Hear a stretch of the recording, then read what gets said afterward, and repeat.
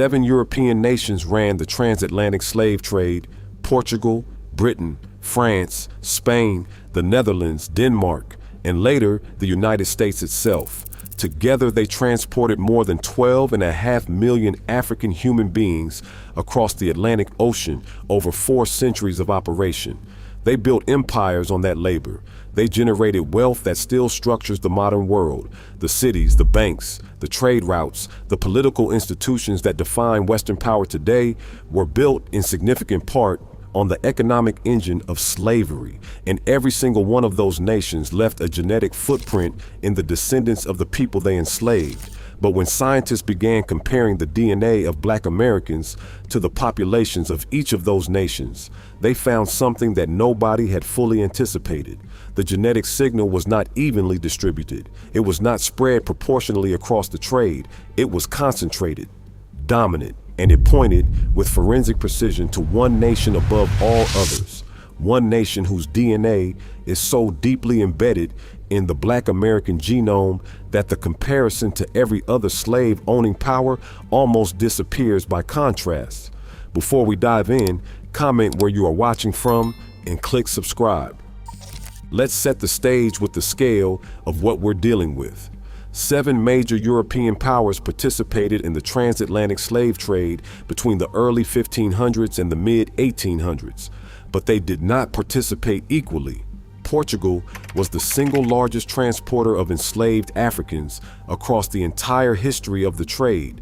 Portuguese and Brazilian ships alone were responsible for transporting approximately 5.8 million people, the majority of whom were delivered to Brazil and other parts of South America.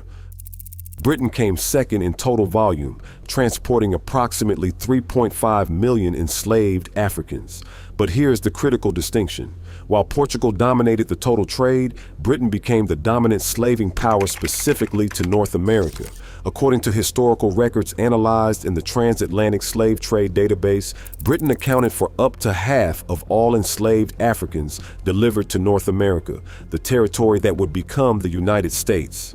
France transported roughly 12% of the total enslaved African population across the Atlantic, primarily to its West Indies islands, including Martinique, Guadeloupe, and Saint-Domingue, which later became Haiti. Spain accounted for approximately 15%, but the majority of Spanish-held enslaved Africans went to Cuba, Puerto Rico, and Latin America. The Dutch transported less than 5% of the total trade. Denmark was a minor player, operating primarily in the Danish Virgin Islands. Each of these nations touched the African gene pool in the Americas, but they did not touch it in the same place. Black Americans, the specific population we are examining, are almost entirely descended from enslaved Africans brought to or through the territory of what is now the continental United States. And the colony that became the United States was, overwhelmingly, a British colony. That single historical fact is the foundation upon which everything in the genetics rests. Now let's look at what the DNA actually shows. The landmark 2015 study published in the American Journal of Human Genetics, led by Dr. Kasia Bryce and a team at 23andMe, drawing on the genetic data of over 160,000 customers, including more than 5,000 self-identified African Americans, found that the average Black American genome is approximately 73.2% African, 24% European, and 0.8% Native American. That European fraction, nearly a quarter of the entire genome, is the forensic record we are examining today. Because within that 24%, the question of which European nation contributed, it is not a minor academic detail. It is the entire story. A separate Oxford University and UCL study that analyzed 4,000 DNA samples from 64 populations across Europe, Africa, and the Americas explicitly found that the most common European genetic source in African Americans comes from Great Britain, not Portugal, not Spain, not France, not the Netherlands, Britain. And when Ancestry.com described the specific European regions that most commonly appear in Black American DNA results, they named 3 populations: English, Scottish, and Irish, all British Isles, all from the nation that built and operated the colonial plantation economy of North America and whose settlers lived in physical proximity to enslaved black people for over 2 centuries. The 23andMe dataset, the largest consumer genetics database in the world, found the same thing. British and Irish ancestry is the fingerprint. It appears in Black American genomes from Louisiana to New York, from South Carolina to California. It is not a regional anomaly. It is the national pattern. The Portuguese transported more enslaved Africans than anyone, but those Africans went to Brazil, and their genetic legacy lives in Brazilians today, not in Black Americans. The Spanish transported enslaved people to Cuba and Mexico, and their genetic legacy lives in Afro-Caribbean and Afro-Latin populations. The French left their genetic trace in Haitian and Martinican ancestry. But the Black American genome tells a different national story. It tells a British story. Before we go any deeper, if this channel is bringing you information you cannot find anywhere else, subscribe right now. We go where the science leads. And this is about to get significantly more specific, because here is where the data becomes not just historically significant, but forensically precise. When researchers from Harvard Medical School published a 2023 study analyzing the DNA of 27 enslaved and free Black individuals who lived and died at Catoctin Furnace, an iron forge in Maryland, between 1774 and 1850, they compared those genetic profiles to the 9 million person database of 23andMe, identifying over 41,000 living relatives. And what they found about the European ancestry in those genomes was unambiguous.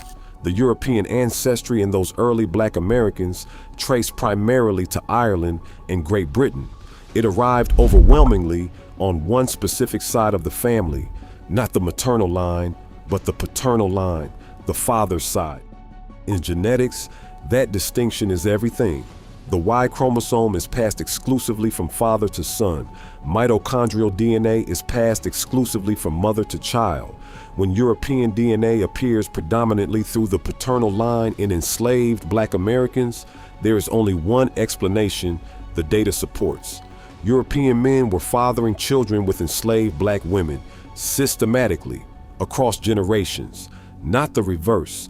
The 23andMe landmark 2020 study, the most comprehensive genetic analysis of the transatlantic slave trade ever conducted, examining the DNA of over 50,000 people of African descent across the Americas, quantified this with a number that should stop every person in their tracks.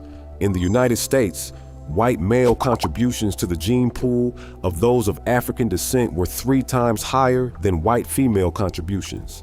And in the British Caribbean, which fed enslaved people into the American trade, that ratio was 25 times higher, 25 times. The genetics are not suggesting this history. They are not interpreting it. They are proving it in numbers. Now let's run the comparison that the title of this video promises, nation by nation, because the contrast tells the story better than any single data point. Start with Portugal, the largest slave trader in the history of the world. Over 5 million Africans transported under Portuguese and Brazilian flags across more than 3 centuries of operation. And yet, when Black Americans take a DNA test today, Portuguese ancestry is either absent or vanishingly small, far below what Portugal's dominance of the trade would predict. The reason is geography. Portuguese trade routes sent enslaved Africans to Brazil, to the islands of Sao Tome and Principe, to Angola and Mozambique as transit points. The genetic legacy of Portuguese slave trading lives in Brazilians today, in Cape Verdeans, in certain Afro-Caribbean populations, not in the descendants of people enslaved on American soil. The slave ships went to the wrong continent to leave their mark on the Black American genome. Move to Spain. Spain was responsible for approximately 15% of the total trade, a significant number representing millions of human beings. Spanish DNA does appear in some Black American genomes, particularly in Louisiana and Florida, which had significant periods of Spanish colonial rule. The 2015 Oxford UCL study specifically identified a measurable Iberian ancestry component in African Americans from those states, consistent with that history. But nationally, across the broader Black American population, Spanish ancestry is a footnote, not a chapter. The enslaved Africans brought under Spanish rule went overwhelmingly to Cuba, to Puerto Rico, to Mexico, to Peru, not to Virginia or South Carolina or Georgia. France, 12% of the total trade. French DNA does appear in Black American genomes, particularly in Louisiana, where the Oxford UCL study noted a French ancestry component fully consistent with French colonial settlement in that territory. But again, regional, not national. The French Caribbean, Martinique, Guadeloupe, and Saint-Domingue was the dominant destination of French slave trading, not the American mainland. The French signature in Black American DNA is, at the population level, a local accent, not a national fingerprint. The Netherlands, less than 5% of the total trade. The Dutch were arguably the most important financiers and facilitators of the early slave trade, providing the ships, the capital, and the insurance infrastructure that made the trade possible at continental scale.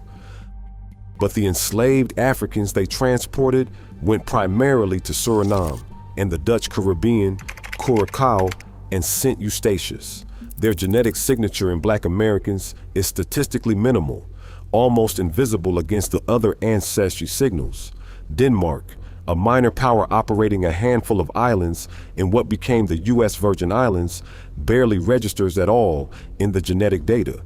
And then there is Britain. Britain, unlike every other nation on this list, built its colonial plantation economy directly on the soil of what became the United States. It operated the British Caribbean as a staging ground that fed enslaved people into the American mainland and trade for over a century, which became responsible for up to half of all enslaved Africans delivered to North America, and whose genetic signature, English, Scottish, Irish, is the dominant European ancestry in the Black American genome, confirmed by 23andMe, by Oxford University, by UCL, by Ancestry.com, by the Harvard Medical School Catoctin Furnace Study, and by multiple independent research programs, all converging on the same answer. There is one more layer to this comparison that most people miss entirely, and it involves not just which European nation left its DNA in Black American genomes, but which route that DNA traveled to get there. When the British transported enslaved Africans to the Americas, they did not always ship them directly from Africa to the American mainland. A significant portion of the enslaved population that eventually ended up in the United States arrived via the British Caribbean, particularly Jamaica, Barbados, and other British-held islands. The 23andMe 2020 study identified something that surprised even the researchers. Nigerian ancestry is dramatically overrepresented in Black Americans relative to what shipping records from the direct trade between Africa and America would predict. Researchers Joanna Mountain and Stephen Micheletti found that the explanation was the intra-American slave trade, a secondary trade that moved enslaved Africans from the British Caribbean to the mainland United States between 1619 and 1807.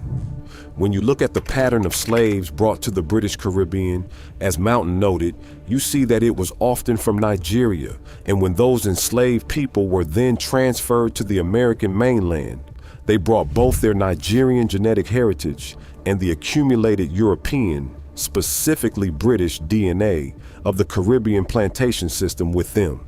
The British genetic imprint on Black Americans is therefore not just the product of 200 years of American plantation slavery. It is the product of a transatlantic pipeline that ran from West African ports to British Caribbean staging grounds to American plantations, a chain of forced human movement spanning 3 continents, with British DNA entering and accumulating at every stage of that journey. The genome recorded it all. Now let's be precise about what the science is and is not saying. The data shows that British and Irish ancestry is the dominant European component in the Black American genome. It shows this ancestry arrived overwhelmingly through the paternal line.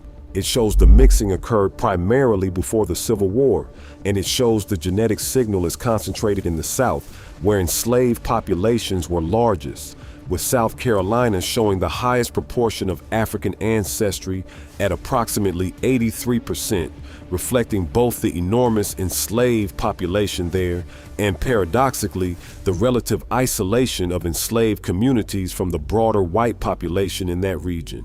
African Americans in the northern and western states tend to have a somewhat lower proportion of African ancestry and a higher proportion of European ancestry, reflecting both the different demographics of those regions and the effects of the Great Migration. The movement of 6 million Black Americans out of the South from 1915 to 1970, which reshuffled the population across generations. What the science does not say is that every Black American carries British DNA, or that the experience of slavery was identical across the country, or that the genetic record erases the complexity of individual family histories. The range of African ancestry in Black Americans runs from as little as 1% to as much as 99%, depending on the individual. The range of European ancestry is equally wide.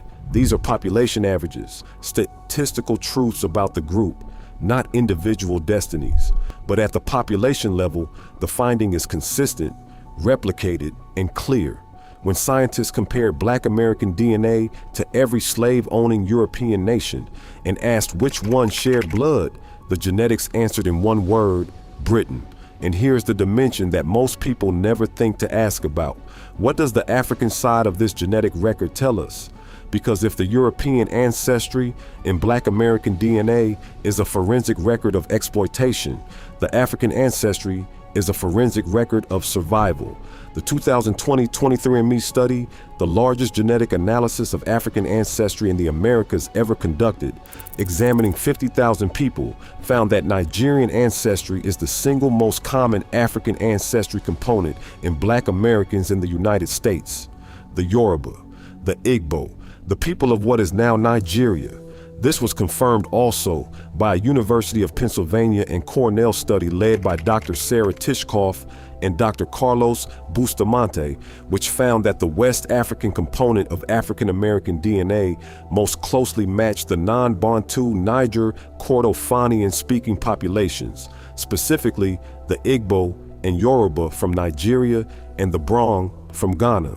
The Igbo and the Yoruba, two of the 10 most frequently documented ethnic groups in slave trade records. Their DNA arrived in America. It persisted. It reproduced across 14 generations of American history, and it is still the dominant ancestral signal in the Black American genome today.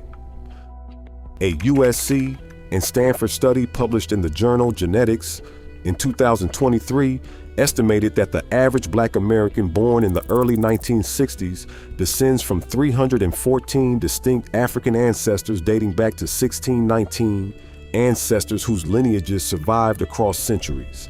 314 people, 314 individual human beings, each the carrier of a lineage stretching back thousands of years into West African civilization, into the Yoruba kingdoms of Nigeria, the Akan states of Ghana, the Senegambian empires of the Sahel. People whose names were deliberately erased, whose families were deliberately separated, whose languages were deliberately suppressed. And yet every one of those 314 people survived long enough to have a child. And that child survived. And their child survived. Across 14 generations of one of the most violent and systematic attempts to erase a people's identity in recorded history. The slave codes made it illegal to teach enslaved people to read. The plantation system deliberately separated families, husbands from wives, mothers from children, to prevent the formation of lasting bonds that might enable resistance. The names were stripped away and replaced with the names of enslavers.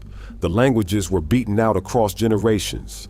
Everything that could be taken was taken, and still the DNA persisted, copied faithfully in every cell division, passed from parent to child in the dark, surviving the Middle Passage, surviving the auction block, surviving Reconstruction and Jim Crow, and redlining in every generation since, not because anyone protected it, but because biology does not forget what history tries to erase. The genome is the one record that cannot be burned, cannot be confiscated, cannot be legislated out of existence. That is what the DNA records, not just ancestry, survival, encoded in 4 letters, A, T, C, and G, carried quietly in the cells of 45 million Americans, waiting for the science to exist to read it. So what does the full picture look like when you lay it all out? 7 slave-owning nations, 1 dominant genetic signal. The Portuguese transported more enslaved Africans than any other nation in history, but their genetic legacy lives in Brazil and Cape Verde. The Spanish transported enormous numbers, but their genetic legacy lives in Latin America and the Caribbean. The French in Haiti, Martinique, and Guadeloupe, the Dutch in Suriname, the Danes in the Virgin Islands. Each nation left its genetic trace exactly where its ships delivered their human cargo.